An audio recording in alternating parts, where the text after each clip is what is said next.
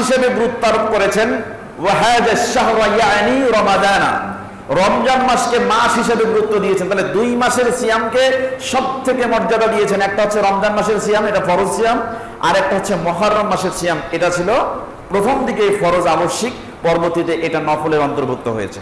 সম্মানিত উপস্থিতি, তাহলে এই সিয়াম সব থেকে মর্যাদাপূর্ণ সিয়াম, কিন্তু এই সিয়াম আমরা কি রাখতে পারি? আমরা কি এই সিয়ামগুলো পালন করে আসছি? অনেকেই আমরা করি না। আমরা চেষ্টা করব রমজান মাসের পরে এই সিয়ামকে গুরুত্ব দেওয়ার। আল্লাহ সুবহানাহু ওয়া তাআলা আমাদেরকে সেই তৌফিক দান করুন, সকলে বলি আমিন। এই সিয়ামটা জাহিলিয়া যুগেও ছিল, যখন সিয়াম ফরজ করা হয়নি। যেমনটি সূরা বাকারা অধ্যায় 2 আয়াত 183, এর মধ্যে আল্লাহ সুবহানাহু ওয়া তাআলা বলেছেন কুতিবা আলাইকুমুস সিয়ামু কামা কুতিবা আলাল লাযীনা মিন ক্বাবলিকুম, তোমাদের উপরে সেই সিয়ামকে ফরজ করা হয়েছে এবং তোমাদের পূর্ববর্তীগণের উপরে এই সিয়াম ফরজ করে দেওয়া হয়েছিল। অর্থাৎ সিয়াম তোমাদের উপরে যেমন ফরজ করে দেওয়া হয়েছে, তেমনি তোমাদের পূর্ববর্তীগণের উপরে সিয়াম ফরজ করে দেওয়া হয়েছে। তাহলে পূর্ববর্তীগণের উপরে সিয়াম কেমন ফরজ ছিল? তো রাসূল সাল্লাল্লাহু আলাইহি ওয়াসাল্লামের আগমনের পূর্বে এই জাহেলিয়া যুগে যে সিয়াম পালন করা হতো, সেই সিয়ামের রূপটা ছিল মুহররম মাসের এই আশুরার দিনে সিয়াম পালন করা। যেমনটি বর্ণিত রয়েছে সহিহ বুখারীতে একটি হাদিসে। সহিহ বুখারী কিতাবুস সাওম সিয়াম সংক্রান্ত একটি অধ্যায় রয়েছে, বাবু সিয়ামি ইয়াউমে আশুরা, আশুরার দিনের সিয়াম পালন করা সংক্রান্ত একটি অনুচ্ছেদ রয়েছে, 2002 নম্বর হাদিস। যে হাদিসটি মনে করেছেন আয়েশা রাদিয়াল্লাহু তাআলা আনহা থেকে বর্ণিত। তিনি বলছেন যে কানা ইয়াউমু আশুরা, যখন আশুরার দিন আসতো, মুহররমের আশুরার দিন মানে 10 তারিখের এই দিনটা আসতো, তো তিনি বলছেন যে তাসুমু কুরাইশুন ফিল জাহিলিয়া, কুরাইশরা জাহিলিয়া যুগে আশুরার দিনে সিয়াম পালন করত। তখন বিশ্বনবী মুহাম্মদ রাসূলুল্লাহ সাল্লাল্লাহু আলাইহি ওয়াসাল্লাম মক্কায় অবস্থান করেছেন। তো ওয়াকানা নবী সাল্লাল্লাহু আলাইহি ওয়াসাল্লাম ইয়াসুমুহু, আয়েশা রাদিয়াল্লাহু তাআলা আনহা বলছেন যে যখন জাহিলিয়া যুগ ছিল তখন কুরাইশরা সিয়াম পালন করত, আর ওই সময়ে বিশ্বনবী মুহাম্মদ রাসূলুল্লাহ সাল্লাল্লাহু আলাইহি ওয়াসাল্লাম তিনিও আশুরার দিনের সিয়াম পালন করতেন কুরাইশদের সাথে। তাহলে বোঝা গেল সিয়াম ফরজ হওয়ার পূর্বে কুরাইশদের সাথে আল্লাহর নবী যে সিয়াম পালন করেছেন, সেই সিয়ামটা কোন সিয়াম? আশুরার দিনের এই সিয়াম। সম্মানিত উপস্থিতি, তো তিনি বলছেন ফালাম্মা কাদিমান নবী সাল্লাল্লাহু আলাইহি ওয়াসাল্লাম আল মদিনাতা, বিশ্বনবী সাল্লাল্লাহু আলাইহি ওয়াসাল্লাম যখন মক্কা থেকে মদিনায় হিজরত করলেন, হিজরত করার পরে ফাসামাহু ওয়া আমারা বিসিয়ামিহি, তখনও তিনি এই মুহররমের সিয়াম পালন করেছেন এবং এই সিয়াম পালন করার জন্য লোকদেরকে আদেশ দিয়েছেন। ফালাম্মা ফুরিজা রমাজান, এরপর যখন দ্বিতীয় হিজরিতে রমজান মাসে সিয়াম ফরজ হয়ে গেল, তখন আল্লাহ নবী সাল্লাল্লাহু আলাইহি ওয়াসাল্লাম তারাকা ইয়াউমা আশুরা, আশুরার দিনের সিয়াম পালন করা ছেড়ে দিলেন। ফামান শাআ সামাহু ওয়া মান শাআ তারাকাহু, অতঃপর যে ব্যক্তি ইচ্ছা করে সেই দিনের সিয়াম পালন করে, আর যে ব্যক্তি ইচ্ছা করে সেই দিনের সিয়াম ছেড়ে দেয়। তার মানে আগে আবশ্যিকভাবে এই সিয়াম পালন করা হতো, রমজান মাসের সিয়াম যখন পালন করা ফরজ হয়ে গেল, তখন এই সিয়ামটা কি হয়ে গেল? ঐচ্ছিক হয়ে গেল, অতিরিক্ত হয়ে গেল। আপনি ইচ্ছা করলে রাখতে পারেন, ইচ্ছা করলে ছেড়ে দিতে পারেন। কথা কি বুঝতে পারছেন সম্মানিত উপস্থিতি? তাহলে এই হাদিস থেকে প্রমাণ হচ্ছে বিশ্বনবী সাল্লাল্লাহু আলাইহি ওয়াসাল্লাম জাহিলিয়ার যুগেও এই সিয়ামটি পালন করেছেন। কিন্তু এই সিয়াম কেন পালন করবে? আল্লাহ নবী কেন পালন করেছিলেন? এই ইতিহাস কিন্তু তিনি মক্কি জীবনে পালন করেছেন, তখন উল্লেখ করেন নাই। মদিনা জীবনে যাওয়ার পরেও তিনি সেখানে প্রথম অবস্থায় উল্লেখ করেন নাই যে কেন এই মুহররমের সিয়াম পালন করতে হবে। তো এই প্রসঙ্গে একটি হাদিস, যে হাদিসটি আব্দুল্লাহ ইবনে আব্বাস রাদিয়াল্লাহু তাআলা আনহু উল্লেখ করেছেন, যেটা সহিহ বুখারী কিতাবুস সাওম সিয়াম সংক্রান্ত একটা অধ্যায় রয়েছে, বাবু সিয়ামি ইয়াউমে আশুরা, আশুরার দিনে সিয়াম পালন করা সংক্রান্ত একটি অনুচ্ছেদ রয়েছে, 2004 নম্বর হাদিস। এই সিয়ামের উদ্দেশ্য কি, ইতিহাস কি, এই হাদিসের মাধ্যমে জানা যাবে। বিশ্বনবী সাল্লাল্লাহু আলাইহি ওয়াসাল্লাম যখন মক্কা থেকে মদিনায় হিজরত করলেন, আব্দুল্লাহ ইবনে আব্বাস রাদিয়াল্লাহু তাআলা আনহু তিনি বলছেন কাদিমান নবী সাল্লাল্লাহু আলাইহি ওয়াসাল্লাম আল মদিনাতা, বিশ্বনবী সাল্লাল্লাহু আলাইহি ওয়াসাল্লাম মক্কা থেকে মদিনায় হিজরত করলেন। হিজরত করার পরে ফারাআল ইয়াহুদা, তিনি ইহুদিদেরকে দেখলেন, তাসুমু ইয়াউমা আশুরা, আশুরার দিনে সিয়াম পালন করছে, ইহুদিরা সিয়াম পালন করছে। তখন আল্লাহ নবী সাল্লাল্লাহু আলাইহি ওয়াসাল্লাম যখন দেখলেন যে ইহুদিরা সিয়াম পালন করছে, তখন জিজ্ঞাসা করলেন মা হাজা, আচ্ছা এটা কি, কিসের সিয়াম, কেন পালন করা হচ্ছে? তখন তারা বলল, ক্বালু, ইহুদিদের পক্ষ থেকে বলা হলো যে আমরা এই দিনে সিয়াম পালন করছি, হাজা ইয়াউমুন, এটা এমন একটা দিন, হাজা ইয়াউমুন আযীম, হাজা ইয়াউমুন আজি সলে হাজা ইয়াউমুস সলেহ, এটা একটা ভালো দিন, এটা একটা উত্তম দিন। হাজা ইয়াউমুন, এটা এমন একটি দিন নাজ্জাল্লাহু বনি ইসরাঈল মিন আদুবিহিম, আল্লাহ সুবহানাহু ওয়া তাআলা বনি ইসরাইলদেরকে তাদের শত্রুদের কাছ থেকে রক্ষা করেছেন। এই জন্য ফাসামাহু মূসা আলাইহিস সালাম, বনি ইসরাইলদের নবী হযরতে মূসা আলাইহিস সালাম শুকরিয়া স্বরূপ এই সিয়ামটা পালন করেছিলেন। যার ভাষা অন্য হাদিসে এভাবে এসেছে, নবী করিম সাল্লাল্লাহু আলাইহি ওয়াসাল্লাম বলেছেন যে এই দিনে নাজ্জাল্লাহু মূসা ওয়া কওমাহু মিন আদুবিহিম ওয়া গররাকা ফিরআউন ওয়া কওমাহু, এবং ফিরআউন আর তার সঙ্গী সাথীদেরকে আল্লাহ সুবহানাহু ওয়া তাআলা পানির তলায় ডুবিয়ে মেরেছেন। আর যখন এরকম মূসাকে বিজয় দিলেন, তখন মূসা আলাইহিস সালাম সামাহু শুকরান, শুকরিয়া স্বরূপ এই সিয়াম পালন করা শুরু করলেন। তখন এই কথা বলার পরে ইহুদিরা বলছে ফানাহনু নাসুমুহু, যেহেতু মূসা আলাইহিস সালাম এই সিয়াম পালন করেছে, তাই আমরাও এই দিনে শুকরিয়া স্বরূপ সিয়াম পালন করছি। বিশ্বনবী যখন এই কথা শুনলেন, শোনার পরে বলছেন নাহনু আহাক্কু বিমূসা ওয়া আউলা মিনহু, তোমরা যে মূসা আলাইহিস সালামকে অনুসরণ করছো, তো মূসা আলাইহিস সালামকে অনুসরণ করার ব্যাপারে তোমাদের থেকে আমি এবং আমার অনুসারীরা বেশি হকদার।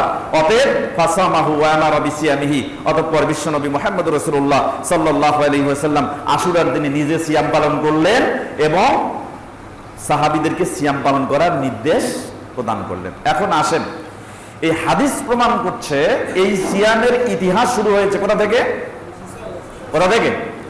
হযরতে মূসা আলাইহিস সালাম থেকে। তাহলে এই সিয়ামের সাথে 61 হিজরিতে আল্লাহর নবী মুহাম্মদ রাসূলুল্লাহ সাল্লাল্লাহু আলাইহি ওয়াসাল্লামের প্রিয় দৌহিত্র হযরতে হুসাইন রাদিয়াল্লাহু তাআলা আনহু, নবী সাল্লাল্লাহু আলাইহি ওয়াসাল্লামের ইন্তেকালের 50 বছর পরে ইন্তেকাল করেছেন কারবালার ময়দানে। এই শোক দিবস পালন করে এই দিনে এই সিয়ামের কোনো সম্পৃক্ততা পাওয়া যায় না। কথা কি বুঝতে পারছেন? বর্তমান আমাদের দেশ সহ ভারতীয় উপমহাদেশে ইমাম হোসেন রাদিয়াল্লাহু তাআলা আনহু কারবালার মরুপ্রান্তরে 61 হিজরিতে রাসূল সাল্লাল্লাহু আলাইহি ওয়াসাল্লামের মৃত্যুর 50 বছর পরে তিনি সেখানে 10ই মুহররম শহীদ হয়েছেন।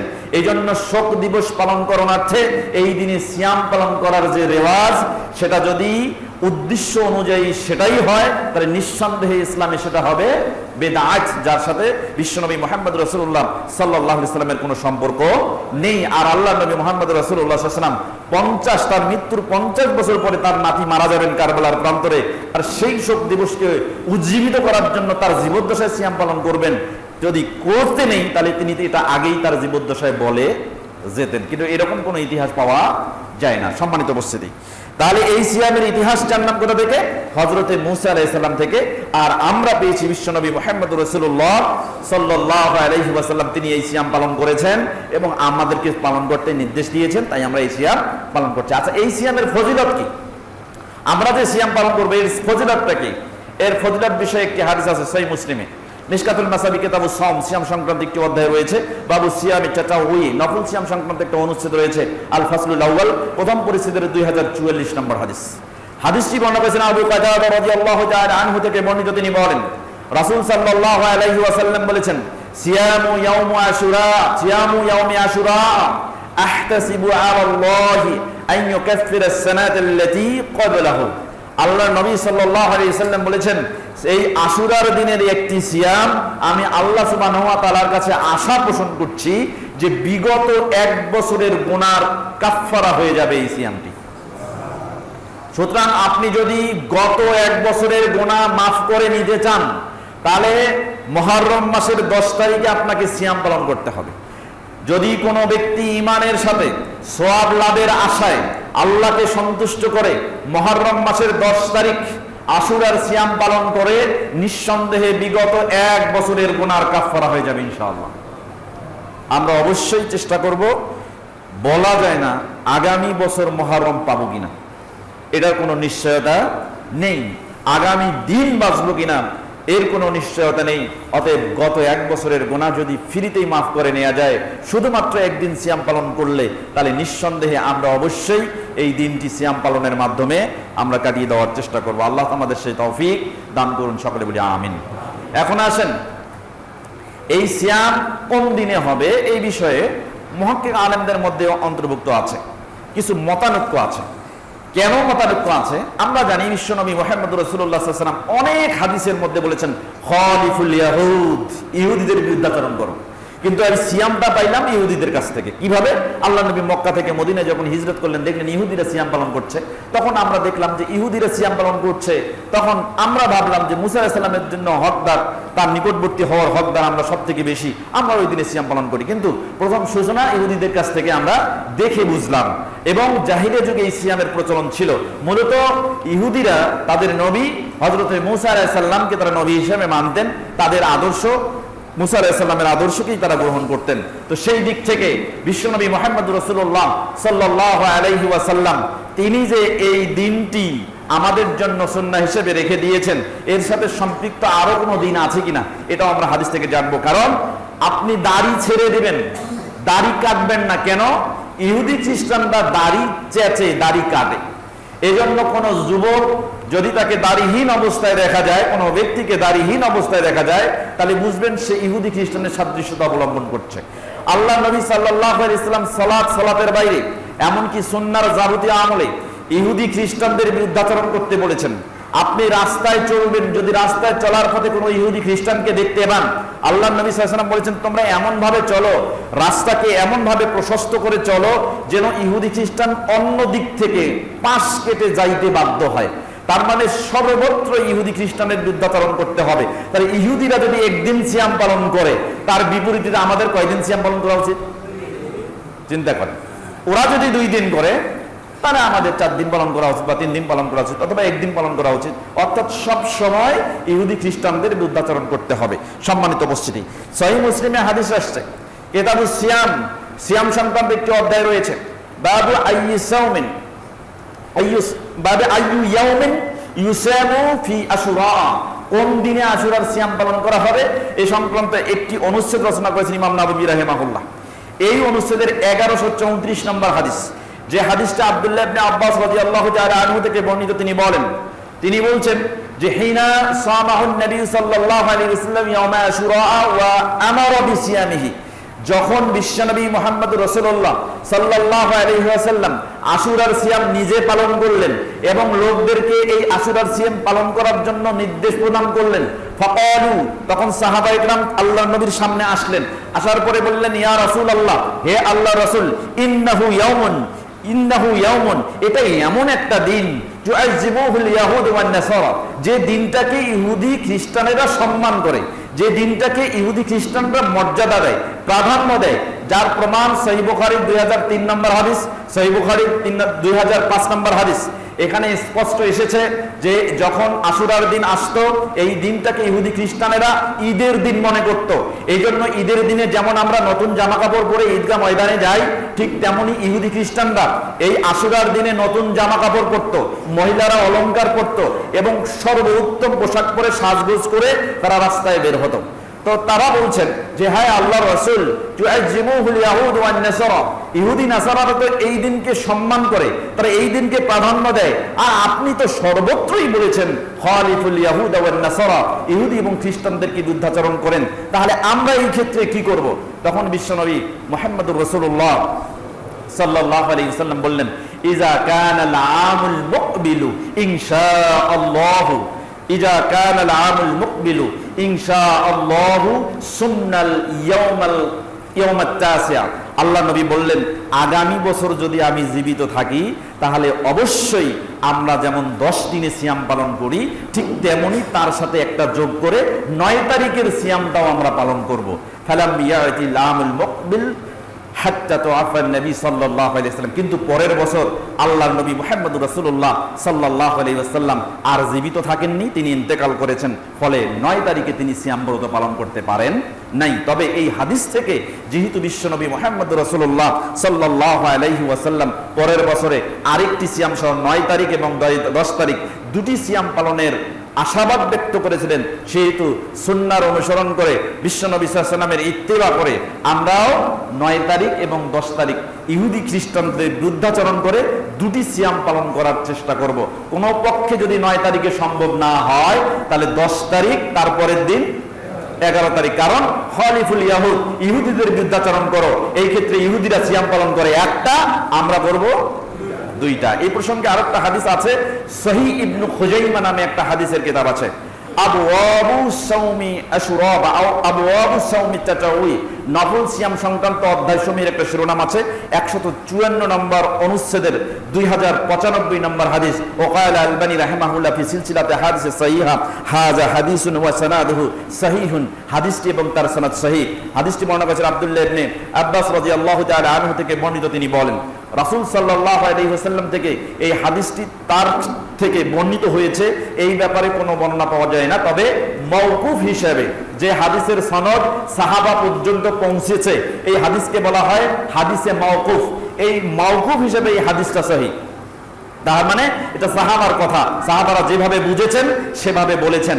আব্দুল্লাহ ইবনে আব্বাস রাদিয়াল্লাহু তাআলা আনহু তিনি বলছেন, সুমু ইয়াউমা আশুরা, তোমরা আশুরার দিনের সিয়াম পালন করো, ওয়া খালিফুল ইয়াহুদা ওয়ান নাসারা, এবং ইহুদি খ্রিস্টানদের বিরুদ্ধাচরণ করো। কেমনে? সুমু ক্বাবলাহু ইয়াওমান আও বা'দাহু ইয়াওমান, তোমরা আশুরার দিনে সিয়াম পালন করবে, তার আগে একদিন পালন করো অথবা তার পরে একদিন পালন করো। তাহলে বোঝা গেল এই হাদিস থেকে আশুরার আগে একদিন মিল করে দুটা, অথবা পরে একদিন মিল করে দুটা সিয়াম, যেটা ইহুদি খ্রিস্টানের সাথে আমরা ইহুদি খ্রিস্টানদের বিরুদ্ধাচরণ করে দুটি সিয়াম পালন করার চেষ্টা করব মুহররম মাসে। আল্লাহ সুবহানাহু ওয়া তাআলা আমাদের এই তৌফিক দান করুন, সকলে বলি আমিন। এবার আসেন, এই মুহররমের সাথে, এই মুহররমের আশুরার সাথে ইমাম হোসাইন রাদিয়াল্লাহু তাআলা আনহুর সাথে সংশ্লিষ্ট যে ঘটনাগুলো আমাদের দেশে প্রচলিত আছে, কথিত আছে, এবং অনেক আলেম হুজুর এবং অনেক বক্তা এই বিষয়গুলোকে বক্তব্যের মাধ্যমে আমাদের সামনে উপস্থাপন করার চেষ্টা করে, চুল চেরা বিশ্লেষণ করে এর স্বরূপ আমরা উদ্ঘাটন করার চেষ্টা করব। অবশ্যই মনে রাখবেন, আহলুস সুন্নাহ ওয়াল জামাত কখনো কোনো নিছক বিশ্বাসের ওপরে তাকলিদ করে কোনো ব্যক্তির মুকাল্লিদ হয়ে ইসলামকে পালন করে না। সুন্নাহর ভিত্তিতে একমাত্র একজন ব্যক্তিকেই অনুসরণ করে, তিনি হচ্ছেন মুহাম্মদুর রাসূলুল্লাহ সাল্লাল্লাহু আলাইহি ওয়াসাল্লাম। তাকে অনুসরণ করে ইসলাম পালন করে। অতএব আমাদেরকে বুঝতে হবে, কোনো ইতিহাস প্রচলিত থাকলে সেটাকে সত্যভাবে জেনে নেওয়ার চেষ্টা করতে হবে, সত্য উদ্ঘাটন করার চেষ্টা করতে হবে। আল্লাহ সুবহানাহু ওয়া তাআলা ইসলাম মানার ক্ষেত্রে এরকম উসুল পালন করার তৌফিক দান করুন, সকলে বলি আমিন। অনেকেই মনে করে এই সিয়াম লিশাহাদাতি হুসাইন রাদিয়াল্লাহু তাআলা আনহু, যে ইমাম হুসাইন রাদিয়াল্লাহু তাআলা আনহু কারবালার মরুপ্রান্তরে 61 হিজরিতে মুহররম মাসের 10 তারিখে তাকে নৃশংসভাবে হত্যা করা হয়েছে। এই জন্য অনেকেই মনে করে এই দিনের শোক দিবস পালন করে এই সিয়াম পালন করতে হয়, এবং অনেকে তা করেও থাকে, বিশেষ করে কাদিয়ানী শিয়ারা এবং রাফিজি শিয়ারা। বর্তমান ইরানে আপনারা দেখবেন, এই ইরানে সাম্প্রতিক সময়ে খমিনীয়রা, এই খমিনীয়রা হচ্ছে কিন্তু রাফিজি শিয়াদের অন্তর্ভুক্ত। অতএব এই উগ্রবাদী শিয়া সংগঠন এরা কিন্তু এই দিনগুলোকে পালন করে থাকে। বিশেষ করে তারা দেখবেন এটাকে তারা মনে করে শোকের মাস, এবং আশুরার দিন হচ্ছে শোকের দিন। এই শোকের দিন তারা সিয়াম পালন করে, ইমাম হোসেনকে হত্যা করা হয়েছে, খুন করা হয়েছে, তার শোক পালন করার জন্য এই দিনটি পালন করে থাকে।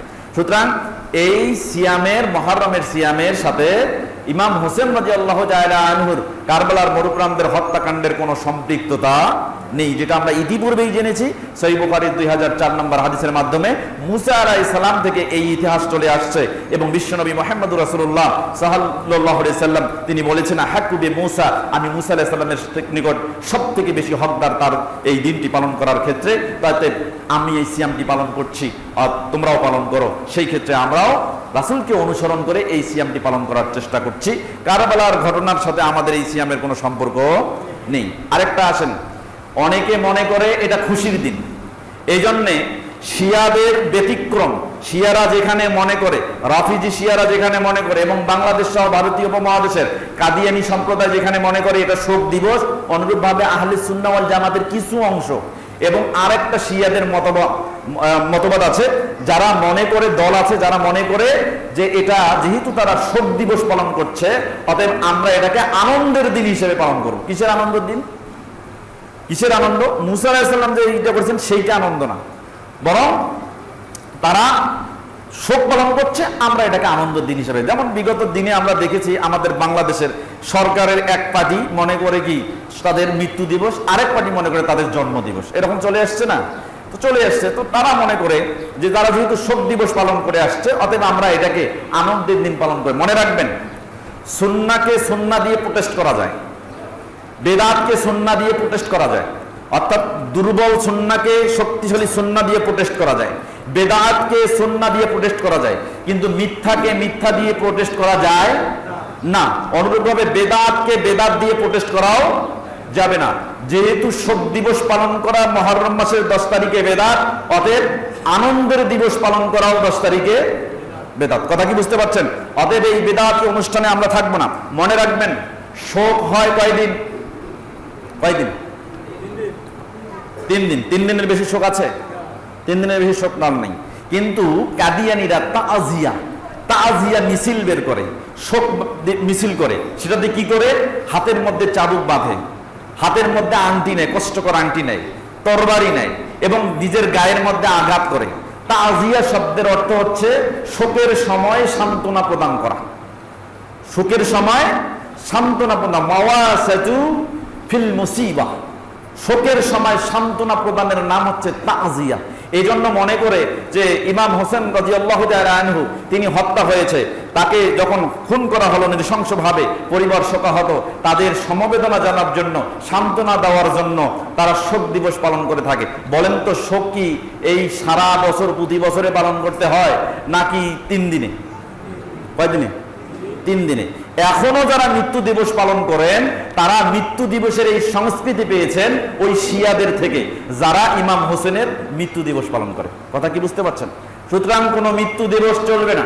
কোনো মৃত্যু দিবস প্রতি বছরে পালন করার জন্য নিজের বাবা মা ভাই বোন আত্মীয় স্বজন যেই মারা যাক না কেন, প্রতি বছরে তার মৃত্যু দিবসকে কেন্দ্র করে কোনো অনুষ্ঠান করা সম্পূর্ণরূপে যেমন বেদাত, ঠিক তেমনি শিয়াদের অনুসরণ করা। অতএব এটা কোনো ক্রমেই করা যাবে না। কথা কি বুঝতে পারছেন?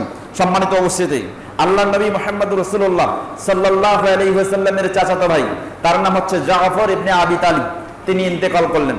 আব্দুল্লাহ ইবনে জাফরের পুত্র আব্দুল্লাহ, তিনি হাদিস বর্ণনা করছেন। হাদিসটি আবু দাউদ, নাসাই এবং মিশকাতুল মাসাবি, কিতাবুল লিবাস, পোশাক পরিচ্ছদ সংক্রান্ত একটি অধ্যায় রয়েছে। বাবু তারাজ্জুল, চুল আসরানি সংক্রান্ত একটি অনুচ্ছেদ রয়েছে। আল ফাসলুস সানি, দ্বিতীয় পরিচ্ছেদের 4463 নম্বর হাদিস। হাদিসটিতে তিনি বর্ণনা করছেন, জাফর ইবনে আবি তালিব যখন ইন্তেকাল করলেন, বিশ্বনবী মুহাম্মদ রাসূলুল্লাহ সাল্লাল্লাহু আলাইহি ওয়াসাল্লাম তার পরিবারকে অবকাশ দিলেন। আমহালা আলা জাফর, আমহালা আলা জাফর, জাফরের পরিবারকে অবকাশ দিলেন সালাসান, 3 দিন। 3 দিন তোমরা শোক দিবস পালন করো। আল্লাহ নবী 3 দিন পর আসলেন। আসার পরে দেখলেন যে জাফরের পরিবারের লোকজন তখনও কান্না করছে, তখনও তারা মন খারাপ করে বসে আছে। তখন আল্লাহ নবী সাল্লাল্লাহু আলাইহি ওয়াসাল্লাম জাফরের পরিবারকে ডেকে বললেন, ফালা তাবকু আলা আখি বাদাল ইয়াউম, আজকের দিনের পরে আর তোমরা আমার ভাইয়ের উপরে কোনো কান্নাকাটি করতে পারবে না। তাহলে বোঝা গেল শোক দিবস কয়দিন হতে পারে? 3 দিন। আপনার খুব প্রিয় আপনজন ইন্তেকাল করেছে, আপনি বাড়িতে কাঁদেন, নীরবে কাঁদেন অথবা না কাঁদেন, আপনার যদি শোক আসে তাহলে আপনি শোক দিবস পালন করতে পারবেন কয়দিন? 3 দিন। 3 দিনের বেশি শোক হয় না। বিশ্বনবী সাল্লাল্লাহু আলাইহি ওয়াসাল্লাম অনুমতি দেননি, কিন্তু প্রতি বছরে শোক পালন করতে হবে এই মর্মে কোনো বর্ণনা পাওয়া যায় না। তাহলে যে বিষয়টি ইসলামের ভিতরে নাই, তাহলে সেটা কি হবে? কি সুন্নাহর ভিতরে নাই, তাহলে কি বেদাত? অবশ্যই এটা বেদাত। অতএব কোন ব্যক্তির জন্য শোক দিবস পালন করা, ইমাম হোসেন রাদিয়াল্লাহু তাআলা আনহুর জন্য শোক দিবস পালন করা এবং কোন সাহাবার জন্য শোক দিবস পালন করা, নিঃসন্দেহে এটা বেদাতের অন্তর্ভুক্ত। এর থেকে আমাদেরকে বিরত থাকতে হবে। আল্লাহ সুবহানাহু ওয়া তাআলা সুন্নাহ ভিত্তিক আমল করা তৌফিক দান করুন, সকলে বলে আমিন। বেদাতে যখন ভরে যায়, বেদাতে যখন সাইলাব হয়ে যায়, তখন বেদাতকে প্রতিহত করার জন্য নতুন করে কোনো বেদাত সৃষ্টি করা যাবে না। কি দিয়ে বেদাতকে প্রতিহত করতে হবে বলেন তো? সুন্নাহকে আঁকড়ে ধরতে হবে। সিলসিলা হাদিসের সহিহ 494 নম্বর হাদিস, সহিহ জামিউ সাগীর 2234 নম্বর হাদিস। হাদিসটি আব্দুল্লাহ ইবনে মাসউদ রাদিয়াল্লাহু তাআলা আনহু থেকে বর্ণিত। তিনি বলেন, রাসূল সাল্লাল্লাহু আলাইহি ওয়াসাল্লাম বলেছেন, ইন্না মিন ওয়ারাইকুম জামানাস সাবর, তোমাদের কাছে এমন একটা সময় শীঘ্রই আসবে যে সময়ের মধ্যে তোমাদেরকে ধৈর্য ধারণ করা ছাড়া আর কোনো উপায় থাকবে না। যে সময়ে তোমাদের ধৈর্য ধারণ করা ছাড়া কোনো উপায় থাকবে না, সেই সময় এমন হবে সুন্নাহকে ধরে রাখাটাই কঠিন হয়ে যাবে। রাসূল সাল্লাল্লাহু আলাইহি ওয়াসাল্লাম বলেছেন, লিল মুতামাসসিক ফিহি, ওই সময়ে কোনো ব্যক্তি যদি সুন্নাহকে দৃঢ়ভাবে কামড়ে ধরে থাকে, আঁকড়ে ধরে থাকে, রাসূল সাল্লাল্লাহু আলাইহি ওয়াসাল্লাম বলছেন, খামসিনা শাহীদাম মিনকুম, তোমাদের সময়ে আল্লাহর রাস্তায় যুদ্ধ করে 50 জন লোক শহীদ হয়ে গেলে যে সওয়াব হবে, তুমি সুন্নাহকে ওই সময়ে আঁকড়ে ধরলে 50 জন শহীদের সমপরিমাণ সওয়াব আল্লাহ তোমার আমলনামায় দিয়ে দিবেন। সম্মানিত উপস্থিতি, যখন বেদাতে সাইলাব হয়ে যায়, আজকে তাজিয়া মিছিল হচ্ছে, আপনি প্রতিহত করেন এটাকে হাত দিয়ে। যদি হাত দিয়ে প্রতিহত করা সম্ভব না হয়, তাহলে মুখ দিয়ে কথা বলেন। মুখ দিয়ে প্রতিহত করা সম্ভব না হয়, তাহলে অন্তর দিয়ে ঘৃণা করে এটাকে প্রত্যাখ্যান করতে হবে। কখনোই এর সাথে কোনো প্রকার আপোষ করা যাবে না। যদি কোনো প্রকার আপোষ করেন, তাহলে আপনিও বেদাতীদের অন্তর্ভুক্ত হয়ে যাবেন। কথা কি বুঝতে পারছেন? অতএব এই তাজিয়া মিছিল, তরবারি মিছিল, আঘাত করার মিছিল, রক্তপাতের মিছিল এবং এরকম বিভিন্ন রকম শোভাযাত্রা বের করে রাস্তায় ঘুরে ইমাম হোসেন রাদিয়াল্লাহু তাআলা আনহুর ইন্তেকালকে কেন্দ্র করে, শহীদ হওয়াকে কেন্দ্র করে, কারবালার মরুপ্রান্তরে 10ই মুহররম ইমাম হোসেন রাদিয়াল্লাহু তাআলা আনহু হত্যা হয়েছেন, এটাকে যারা শোক দিবসে পরিণত করেছে, নিঃসন্দেহে এটা বেদায়াতি কর্মকাণ্ড। এর সাথে আমাদের আহলুস সুন্নাহ ওয়াল জামাতের কোনো সম্পর্ক নেই। আল্লাহ সুবহানাহু ওয়া তাআলা এর থেকে আমাদের মুক্ত থাকার তৌফিক দান করুন, সকলে বলি আমিন। আমি বিগত বছর গঙ্গাচড়ায় দেখেছি, ওখানে আমাদের আহলুস সুন্নাহ ওয়াল জামাতের দাবিদার কিছু মানুষ এই মুহররম মাসের 10 তারিখে 1000 রাকাত সালাত পড়ে। কখন? মাগরিব থেকে এশায়ের মাঝখানে 1000 রাকাত। আপনি বলেন, মাগরিব থেকে এশা সর্বোচ্চ 1 ঘন্টা থেকে 1.5 ঘন্টা সময়, এর মধ্যে 1000 রাকাত সালাত আদায় করা সম্ভব? সম্ভব না। সালাত আদায় করে। আরো একটা সালাত প্রচলন আছে, জোহর থেকে আসরের মাঝখানে 40 রাকাত সালাত, আমাদের দেশেই প্রচলিত আছে 40 রাকাত সালাত। আরো একটা সালাত প্রচলন আছে 4 রাকাত সালাত, যে সালাতের প্রত্যেক রাকাতে সূরা ফাতিহা পাঠ করবে, এরপরে 50 বার সূরা ইখলাস অর্থাৎ কুল হুয়াল্লাহু আহাদ আল্লাহুস সামাদ এই সূরাটা পাঠ করবে। এরপরে প্রত্যেক রাকাতে এইভাবে পাঠ করার পর 4 রাকাত সালাত শেষ করবে। রাসূল সাল্লাল্লাহু আলাইহি ওয়াসাল্লাম বলেছেন, গুফিরাত খাতায়াহু মিন খামসিনা সানাতান ক্বাবলাহু ওয়া বা'দা।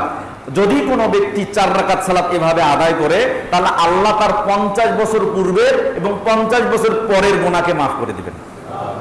নাউযুবিল্লাহ, সুবহানাল্লাহ বলেছেন।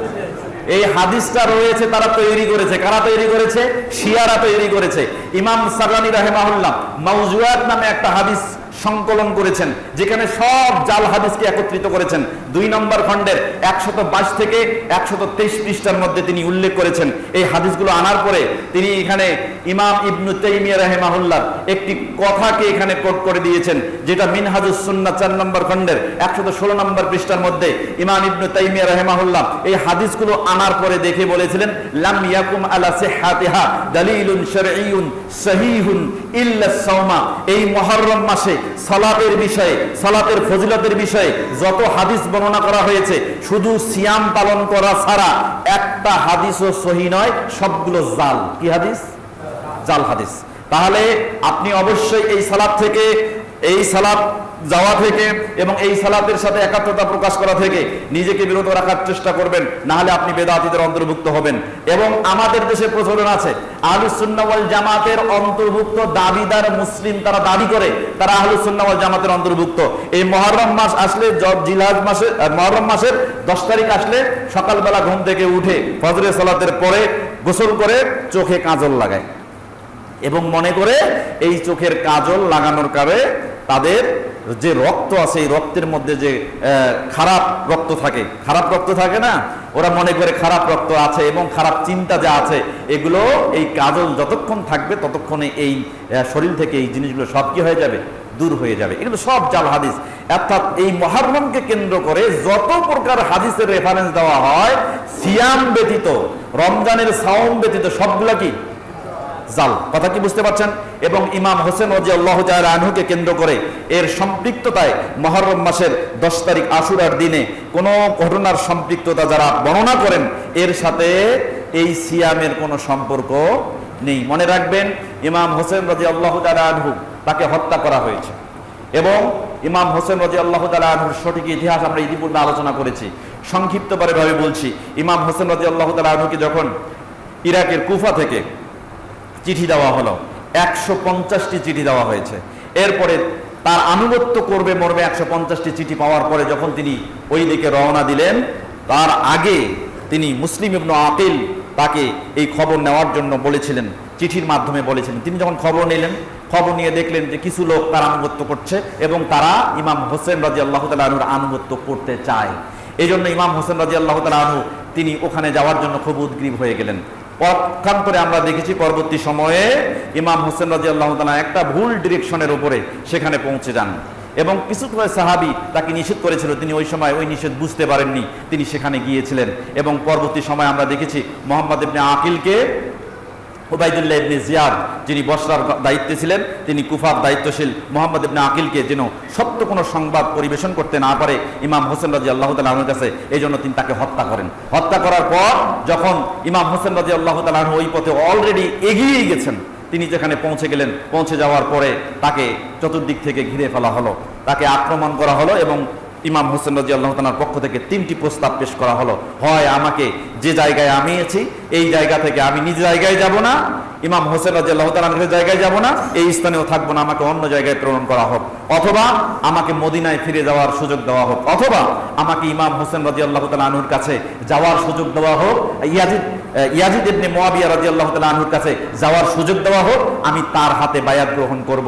কিন্তু তারা ইমাম হোসেন রাদিয়াল্লাহু তাআলা আনহুর কোনো প্রস্তাবেই গ্রহণ করলো না। ফলে যুদ্ধ অবশ্যম্ভাবী হয়ে গেল, আক্রমণ অবশ্যম্ভাবী হয়ে গেল এবং পক্ষান্তরে দুই পক্ষের একটা লড়াই হয়ে গেল এবং সেখানে ইমাম হোসেন রাদিয়াল্লাহু তাআলা আনহু শাহাদাত বরণ করলেন। এবং পরবর্তী সময়ে ইমাম হোসেন রাদিয়াল্লাহু তাআলা আনহুর খণ্ডিত মস্তক নিয়ে সীমার যখন উচ্চ কণ্ঠে দায়িত্বহীনভাবে ইয়াজিদ ইবনে মুয়াবিয়া রাদিয়াল্লাহু তাআলা আনহুর কাছে পৌঁছে যান, সেখানে তিনি খুব আফসোস করেছিলেন এবং বলেছিলেন যে ইমাম হোসেন রাদিয়াল্লাহু তাআলা আনহু তিনি যদি আমার আনুগত্য নাও করতেন তাও ইরাকিরা আমার আনুগত্য করত, আমি সেভাবে তাদেরকে বোঝাতে পারতাম, কিন্তু ইমাম হোসেনকে হত্যা করা হোক এই পক্ষে আমি কখনো মত দেইনি। যদি উবাইদুল্লাহ ইবনে জিয়াদ তার রক্তের সম্পর্কের কেউ হতো ইমাম হোসেন রাদিয়াল্লাহু তাআলা আনহু, সে অবশ্যই তাকে হত্যা করতে পারতো না। তিনি আফসোস করেছিলেন, চোখের পানি ছেড়েছিলেন, দাড়ি ভিজে গিয়েছিল, যার ইতিহাস সত্য ইতিহাস সঠিক সনদে আমাদের কাছে পৌঁছেছে। এই জন্য 10ই মুহররমে এই ইতিহাস বর্ণনা করতে গিয়ে তাকে একিউজড করে, অভিযুক্ত করে অনেকে ইয়াজিদ ইবনে মুয়াবিয়া রাদিয়াল্লাহু তাআলা আনহু এবং মুয়াবিয়া রাদিয়াল্লাহু তাআলা আনহুকেও অনেকে গালি দিয়ে থাকে এবং হাই হোসেন প্রলাপ করতে করতে ইয়াজিদ এবং মুয়াবিয়া রাদিয়াল্লাহু তাআলা আনহুকে গালি দিয়ে থাকে। আমরা অবশ্যই এই জায়গায় সঠিক ইতিহাস জানার চেষ্টা করব। ইয়াজিদ ইবনে মুয়াবিয়া তার সম্পর্কে আমাদের ধারণা হচ্ছে আমরা কখনো তাকে গালিও দিব না, তার সম্পর্কে ভালো কথাও বলি না, খারাপ কথাও বলি না, এটা আমাদের আকীদা আহলুস সুন্নাহ ওয়াল জামাতের আকীদা। আর মুয়াবিয়া রাদিয়াল্লাহু তাআলা আনহু সহ অনেক সাহাবাকে গালি দেওয়া হয়, এই ব্যাপারে রাসূল সাল্লাল্লাহু আলাইহি ওয়াসাল্লাম স্পষ্ট ঘোষণা করেছেন, যেটা বুখারী মুসলিমে এসেছে, মিশকাতুল মাসাবির 5998 নম্বর হাদিস। রাসূল সাল্লাল্লাহু আলাইহি ওয়াসাল্লাম বলেছেন, লা তাসুব্বু আসহাবি, আমার সাহাবীদেরকে তোমরা গালি দিও না, আমার সাহাবীদেরকে তোমরা গালি দিও না।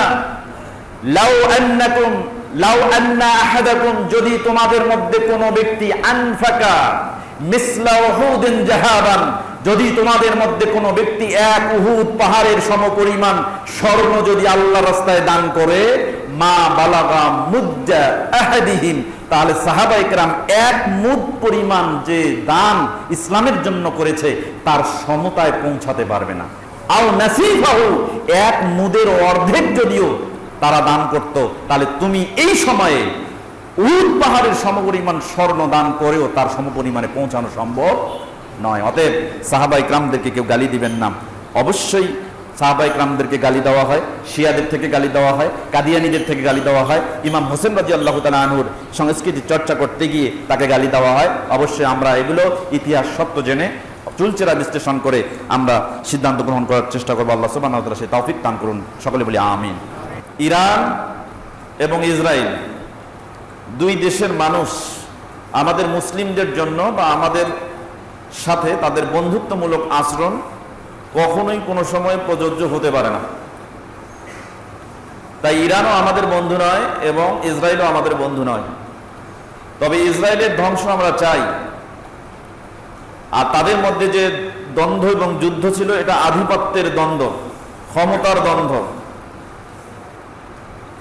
এইরকম বিশ্বতাত্ত্বিক কিছু যুদ্ধ, সেগুলো আমরা যুগে যুগে দেখতে পাই। এক দেশ তাদের সাম্রাজ্য, তাদের আধিপত্য দেখানোর জন্য তারা অস্ত্রের প্রয়োগ, সামরিক প্রয়োগ, এমনকি এখন পারমাণবিক প্রয়োগ দেখাচ্ছে। কিয়ামতের আগ মুহূর্ত পর্যন্ত এরকম কিছু কিছু যুদ্ধ চলবে, যেগুলো হতে পারে আপাতত দৃষ্টিতে মুসলমানের পক্ষে, হতে পারে আপাতত দৃষ্টিতে মুসলমানের বিপক্ষে, তবে এই যুদ্ধগুলো আসবে। তবে আমাদের যারা আহলুস সুন্নাহ ওয়াল জামাআহ, তাদের চিন্তা, ফিকের এবং আকীদা এত ছোট এবং এত ঠুনকো নয় যে যে কোনো বিষয়ে মুসলমানদের পক্ষে আপাতত দৃষ্টিতে কিছু ঘটনা ঘটেছে, এটার উপরে ভিত্তি করে যারা আহলে সুন্নাহ বিদ্বেষী, মুসলিম বিদ্বেষী, তাদের উপরে আমরা বিশ্বাস স্থাপন করে বন্ধু হিসেবে গ্রহণ করে ফেলবো। আহলুস সুন্নাহ ওয়াল জামাতের আকীদা এত ছোট আকীদা না। তো এই জন্য আমাদেরকে খুব চিন্তা করে কথা বলতে হবে, মত দিতে হবে এবং এই বিষয়গুলোকে বিশ্লেষণ করতে হবে। আমি আশা করি গত আলোচনায় আপনারা বিষয়টি হৃদয়ঙ্গম করতে পেরেছেন এবং সেই সাথে আমরা এই সিদ্ধান্তে উপনীত হতে পারি যে ইসরায়েল এবং ইরান এবং তাদের অধিবাসী যারা আছে তারা কখনো আমাদের বন্ধু হতে পারে না। এবং ইসরায়েলের ধ্বংসকে এটা আমরা চাই, কিন্তু ইরান মুসলমানদের স্বার্থে ইসরায়েলে আক্রমণ করেছে অথবা জেরুজালেমের স্বার্থে মুসলমানদের পক্ষে ইসরায়েলে আক্রমণ করেছে, বিষয়টি এমন নয়। সুতরাং আমাদের আকীদা বিশ্বাস, আহলুস সুন্নাহ ওয়াল জামাতের আকীদা বিশ্বাসের সাথে সর্বদাই সেভাবে সচেষ্ট রাখতে হবে। আল্লাহ আমাদের সেই তৌফিক দান করুন, সকলে বলে আমিন। ওই শিয়ারা, তাদের মধ্যে উগ্রবাদী রাফিজি শিয়া, ওদের থেকেই তৈরি হয়েছে আমাদের ভারতীয় উপমহাদেশে কাদিয়ানি সম্প্রদায়। এটা আপনারা জানেন, প্রতি বছর 10ই মহরম মাসের 10 তারিখ আশুরা পালন করতে গিয়ে তারা যে কার্যক্রম পরিচালনা করে সেগুলোর সাথে আমাদের মুসলমানদের আহলুস সুন্নাহ ওয়াল জামাতের আকীদার কোনো সম্পর্ক নেই। তো এই বিষয়ে আমরা বিষয়টাকে স্পষ্ট করব। সেই সাথে মুহররম মাসে আমাদের করণীয় কি, বিশ্বনবী মুহাম্মদ রাসূলুল্লাহ সাল্লাল্লাহু আলাইহি সাল্লাম থেকে যা প্রমাণিত হয়েছে এবং সালাফরা যেটাকে অনুমোদন করেছেন, সেই আলোকে মুহররম মাসে আমাদের করণীয়গুলোকে আমরা করার চেষ্টা করব। আল্লাহ আমাদের তৌফিক দান করুন, সকলে বলি আমিন। সম্মানিত উপস্থিতি, আরবি মাস কয়টি জানেন আপনারা? কয়টি? অনেকেরই আরবি মাসগুলো মুখস্থ নেই। যদি বলা হয় যে ইংরেজি নাম মুখস্থ বলেন, ইংরেজি নামগুলো সবার মুখস্থ আছে, বাংলাও কারো কারো মুখস্থ আছে, সবার মুখস্থ নাই। আর আরবি মাসের নামগুলো শুধু আমরা কয়েকটা মাসকে চিনি। একটা কি রমজান মাস চিনি, আর একটা হয়তো জিলহজ মাস চিনি, এই যে কোরবানির ঈদকে উপলক্ষ করে। শাবান মাস চিনি, রমজান আসার আগে আগে বুঝি যে শাবান মাস, এটা এই কয়েকটা মাস আমরা চিনি। কিন্তু 12টা মাস আসমান এবং জমিন সৃষ্টি করার পূর্ব থেকেই আল্লাহ সুবহানাহু ওয়া তাআলা লাউহে মাহফুজের মধ্যে 12টা মাসের নাম লিখে রেখেছিলেন, সেটা আরবি 12টা মাস। সূরা তাওবা অধ্যায় 9 আয়াত 36 আল্লাহ সুবহানাহু ওয়া তাআলা বলছেন, ইন্না ইদ্দাতাশ শুহুরি ইনদাল্লাহি 12 শাহরান, নিশ্চয়ই গণনার মাস আল্লাহ সুবহানাহু ওয়া তাআলার কাছে 12টি। কয়টি? 12টি। ফি কিতাবিল্লাহ, আল্লাহর কিতাবে, আল্লাহর বিধানে, মানে লাউহে মাহফুজে লিখিত আছে। কোন দিক থেকে? ইয়াউমা খালাকাস সামাওয়াতি ওয়াল আরদ, সেই দিন থেকে এটা লাউহে মাহফুজে সংরক্ষিত, লিখিত, যেদিন আল্লাহ সুবহানাহু ওয়া তাআলা এই আসমান জমিনগুলোকে সৃষ্টি করেছেন সেই দিন থেকে। মিনহা আরবাতু হুরুমুন, এই 12টা মাসের মধ্যে 4টা মাস আছে সম্মানিত মাস। কয়টা মাস? তাহলে আরবি মাস 12টা, সম্মানিত মাস কয়টা? 4টা। এই 4টা মাস কোনটা? এটা বিশ্বনবী মুহাম্মদ রাসূলুল্লাহ সাল্লাল্লাহু আলাইহি ওয়াসাল্লাম সহিহ বুখারী কিতাবু বাদিল খালক, সৃষ্টির সূচনা করা সংক্রান্ত একটি অধ্যায়, এই অধ্যায়ের 3197 নম্বর হাদিসে উল্লেখ করেছেন। আবু বকর রাদিয়াল্লাহু তাআলা আনহু থেকে বর্ণিত, তিনি বলছেন রাসূল সাল্লাল্লাহু আলাইহি ওয়াসাল্লাম বলেছেন, মিনহা আরবাতু হুরুমুন, এর মধ্যে 4টি মাস হচ্ছে হারাম, পবিত্র। সেই 4টি মাস কোনটা? রাসূল সাল্লাল্লাহু আলাইহি ওয়াসাল্লাম বলেছেন, সালাসাতু মুতাওয়ালিয়াত, 3টে মাস ধারাবাহিক, জিলকদ, জিলহজ, মুহররম। তার মানে জিলকদ জিলহজের পরে শুরু হয় কি? মুহররম। আরেকটি মাস হচ্ছে রজব ও মুজাওয়ার, আল্লাযী বাইনা জুমাদা ওয়া শাবান, জুমাদা এবং শাবানের মাঝখানে একটা মাস আছে, যে মাসটাকে বলা হয় রজব মাস। তাহলে ওখানে 3 মাস আর রজব মাস, কয়টা মাস হইল? এই 4টা মাস আল্লাহ সুবহানাহু ওয়া তাআলা সূরা তাওবা অধ্যায় 9 আয়াত 36 এর একাংশে, এই আয়াতের একাংশে বলেছেন যে ফালা তাজলিমু ফীহিন্না আনফুসাকুম, এই 4টি মাসের মধ্যে তোমরা একজন আরেকজনের উপরে পরস্পরের উপরে কোন প্রকারের জুলুম করবে না। তার মানে এই 4টি মাস আল্লাহ সুবহানাহু ওয়া তাআলার কাছে পুত পবিত্র এবং হারাম। সেই সময় যুদ্ধ বিগ্রহ করাও এই মাসগুলোতে হারাম ছিল। সম্মানিত উপস্থিতি, তো এই 4টি হারাম মাসের মধ্যে একটি হলো মুহররম মাস। বর্তমান আমরা যে মাসে অবস্থান করছি এই মাসটার নাম কি? মুহররম।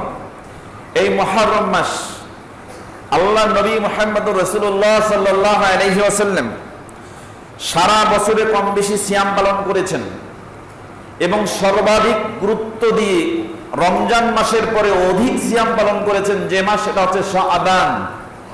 কিন্তু আল্লাহ নবী মুহাম্মদুর রাসূলুল্লাহ সাল্লাল্লাহু আলাইহি ওয়াসাল্লাম সবথেকে ফজিলত বর্ণনা করেছেন, মর্যাদার সিয়ামের কথা উল্লেখ করেছেন 2টি মাসে। এক হলো রমজান মাস, আরেকটা হলো মুহররম মাস। এই প্রসঙ্গে বিশ্বনবী মুহাম্মদুর রাসূলুল্লাহ সাল্লাল্লাহু আলাইহি ওয়াসাল্লামের একটি হাদিস সহিহ মুসলিম এবং মিশকাতুল মাসাবি কিতাবুস সাওম, সিয়াম সংক্রান্ত একটি অধ্যায় রয়েছে। বাবু সিয়ামি তাতাউই, নফল সিয়াম সংক্রান্ত একটি অনুচ্ছেদ রয়েছে আল ফাসলুল আউয়াল, প্রথম পরিচ্ছেদের 2039 নম্বর হাদিস।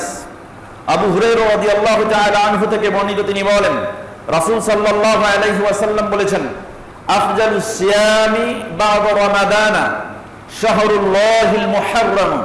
বিশ্বনবী সাল্লাল্লাহু আলাইহি ওয়াসাল্লাম বলেছেন, রমজান মাসের পরে আল্লাহ সুবহানাহু ওয়া তাআলার কাছে সবথেকে ফজিলতপূর্ণ সিয়ামের মাস হলো মুহররম মাস। এজন্য সবথেকে মর্যাদা এবং ফজিলতের সিয়াম যে মাসে আমরা রাখতে পারি রমজান মাসের পরে, সেটা কোন মাস? মুহররম মাস। এরপর নবী সাল্লাল্লাহু আলাইহি ওয়াসাল্লাম বলছেন, ওয়া আফজালুস সালাতি বা'দাল ফারিজা সালাতুল লাইল, ফরজ সালাতের পরে সবথেকে ফজিলতপূর্ণ মর্যাদাপূর্ণ সালাত হচ্ছে সালাতুল লাইল, রাতের সালাত। আপনারা রাতে সালাত আদায় করেন? রাতে সালাত আদায় করেন? ঈশা ছাড়া মনে হয় করেন না। যদি সম্ভব হয় প্রতি রাতে সম্ভব না হয় তাহলে সপ্তাহে 3 দিন, না হলেও সপ্তাহে 1 দিন কমপক্ষে রাতের বেলা উঠে 2 রাকাত সালাত আদায় করে আল্লাহর কাছে চাইবেন। যদি কোনো পরিবারের প্রধান ব্যক্তি রাতের বেলা উঠে 2 রাকাত সালাত আদায় করে স্ত্রীকে জাগিয়ে দেয় এবং স্ত্রী 2 রাকাত সালাত আদায় করে অতঃপর ঘুমাক অথবা না ঘুমিয়ে ফজর পড়ে, রাসূল সাল্লাল্লাহু আলাইহি ওয়াসাল্লাম বলেছেন ওই পরিবারের উপরে এবং ওই ব্যক্তিদ্বয়ের উপরে আল্লাহর রহমত নাজিল হয়। হাদিসটা দেখেন, এরকম 3টা হাদিসের কিতাবে হাদিসটা আসছে, বুখারী, মুসলিম এবং মিশকাতুল মাসাবি কিতাবুস সালাত, সালাত সংক্রান্ত একটি অধ্যায় রয়েছে বাবু তাহরিজ আলা কিয়ামিল লাইল, রাতের সালাতের উপরে উৎসাহ প্রদান করা সংক্রান্ত একটি অনুচ্ছেদ রয়েছে আল ফাসলুল আউয়াল, প্রথম পরিচ্ছেদের 1230 নম্বর হাদিস। আবু হুরায়রা রাদিয়াল্লাহু তাআলা আনহু থেকে বর্ণিত, তিনি বলেন রাসূল সাল্লাল্লাহু আলাইহি ওয়াসাল্লাম বলেছেন, রহিমাল্লাহু রাজুলান, আল্লাহ ওই পুরুষের উপরে রহমত নাজিল করেন। কোন পুরুষ? ক্বামা মিনাল লাইল, যে পুরুষটা রাতের কোন অংশে জেগে উঠে, ফাসাল্লা রাকাতাইন, অতঃপর 2 রাকাত সালাত আদায় করে। এরপরে কি করে? ওয়া আইকাজা ইমরাআতুহু, এবং তার সালাত আদায়ের পরে তার স্ত্রীকে জাগিয়ে দেয়। ফাকামাত, অতঃপর স্ত্রী ঘুম থেকে উঠে, ফাসাল্লাত, অতঃপর 2 রাকাত সালাত আদায় করে। ফাইজা আবাত, যদি স্ত্রী উঠতে অস্বীকার করে, স্ত্রী উঠতে না চায়, গরিমাসি করে অস্বীকার করে, রাসূল সাল্লাল্লাহু আলাইহি ওয়াসাল্লাম বলেন ফানাজাহা ফি ওয়াজহিহাল মা, এরপর স্বামী তাকে জাগানোর জন্য হাত ভিজে নিয়ে এসে স্ত্রীর মুখে পানি ছিটিয়ে দেয়। অতঃপর স্ত্রী জেগে উঠে 2 রাকাত সালাত আদায় করে। রাসূল সাল্লাল্লাহু আলাইহি ওয়াসাল্লাম বলেছেন ওই পুরুষের উপরে আল্লাহর রহমত নাজিল হয়ে যায়। এভাবে রাসূল সাল্লাল্লাহু আলাইহি ওয়াসাল্লাম বলছেন রাহিমাল্লাহু ইমরাআতান, আল্লাহ ওই নারীর উপরে রহমত বর্ষণ করেন। কোন নারী? ক্বামাত মিনাল লাইল, যে নারীটা রাতের কোন অংশে জাগ্রত হয়, ফাসাল্লাত, অতঃপর 2 রাকাত সালাত আদায় করে। এরপরে কি করে? ওয়া আইকাজাত যাওজাহা, এরপর সে তার স্বামীকে জাগিয়ে দেয় ঘুম থেকে। ফাকামা, অতঃপর তার স্বামী জাগ্রত হয়, ফাসাল্লা, 2 রাকাত সালাত আদায় করে। ফাইন আবা, যদি তার স্বামী অস্বীকার করে, ঘুম থেকে উঠতে না চায়, তখন সে কি করে? ফানাজাহাত ফি ওয়াজহিহিল মা, অতঃপর ওই স্ত্রী হাত ভিজে নিয়ে এসে স্বামীর মুখে পানি ছিটিয়ে দিয়ে স্বামীকে জাগানোর চেষ্টা করে। রাসূল সাল্লাল্লাহু আলাইহি ওয়াসাল্লাম বলেছেন, ওই নারীর উপরে আল্লাহ নিজে রহমত বর্ষণ করেন। তাহলে এই জন্য রাসূল সাল্লাল্লাহু আলাইহি ওয়াসাল্লাম যেহেতু বলেছেন যে ফরজ সালাতের পরে সবথেকে উত্তম ফজিলতপূর্ণ সালাত আল্লাহ সুবহানাহু ওয়া তাআলার কাছে সেটা হচ্ছে সালাতুল লাইল, রাতের সালাত। তাহলে ধারাবাহিকভাবে রাতে সালাত আদায় করতে না পারলেও আপনি এই উদ্দেশ্যে যে আল্লাহ আপনার উপরে রহমত বর্ষণ করবেন, আপনার পরিবারের উপরে রহমত বর্ষণ করবেন, এই মনে করে নিজে উঠবেন এবং 2 রাকাত সালাত আদায় করবেন, আপনার স্ত্রীকে জাগিয়ে দিবেন, 2 রাকাত সালাত আদায় করবে, তাহলে আপনার পরিবারে রহমত নাজিল হবে, কখনো অভাব স্পর্শ করবে না। আল্লাহ আমাদের এই তৌফিক দান করুন, সকলে বলি আমিন। তাহলে এই হাদিস থেকে প্রমাণ হচ্ছে যে আফজালুস সিয়ামি বা'দা রমাজান শাহরুল্লাহিল মুহাররম, রমজান মাসের পরে সবথেকে উত্তম ফজিলতপূর্ণ সিয়াম হলো কোন মাসের সিয়াম? মুহররম মাসের সিয়াম। সম্মানিত উপস্থিতি, বিশ্বনবী সাল্লাল্লাহু আলাইহি সাল্লাম এই 2 মাসের সিয়ামকে মর্যাদার কারণে সবথেকে বেশি গুরুত্ব আরোপ করেছেন, যে সম্পর্কে বুখারী মুসলিমে হাদিস আসছে। মিশকাতুল মাসাবি কিতাবুস সাওম, সিয়াম সংক্রান্ত একটি অধ্যায় রয়েছে, বাবু সিয়ামের তাতাউন, নফল সিয়াম সংক্রান্ত একটি অনুচ্ছেদ রয়েছে। আল ফাসলুল আউয়াল, প্রথম পরিচ্ছেদের 2040 নম্বর হাদিস। এই হাদিসটি বর্ণনা করেছেন আব্দুল্লাহ ইবনে আব্বাস রাদিয়াল্লাহু তাআলা আনহু থেকে বর্ণিত। তিনি বলছেন, মা রাআইতুন নবী সাল্লাল্লাহু আলাইহি ওয়াসাল্লাম ইয়াতাহাররা সিয়ামা ইয়াউমিন ফাযলাহু আলা গায়রিহি, আমি আমার নবীকে কখনো দেখি নাই, নবী সাল্লাল্লাহু আলাইহি ওয়াসাল্লামকে কখনো দেখি নাই যে রমজান মাসের পরে অথবা অন্য দিনের চাইতে সবথেকে বেশি ফজিলত বর্ণনা করেছেন, মর্যাদা দিয়েছেন অন্য কোন সিয়ামকে, অন্য কোন সিয়ামকে এত মর্যাদা দিয়েছেন আমি দেখি নাই, ইল্লা হাজাল ইয়াউমা আশুরা, এই দিন ব্যতীত যেই দিনে ইয়াউমা আশুরা হতো, অর্থাৎ মুহররম মাসের 10 তারিখ হতো, এই দিনের সিয়ামকে অন্য সকল দিনের চাইতে সবথেকে মর্যাদা দিয়ে এই সিয়াম পালন করেছেন আমার নবী, আপনার নবী মুহাম্মদুর রাসূলুল্লাহ সাল্লাল্লাহু আলাইহি ওয়াসাল্লাম। এবং তিনি সবথেকে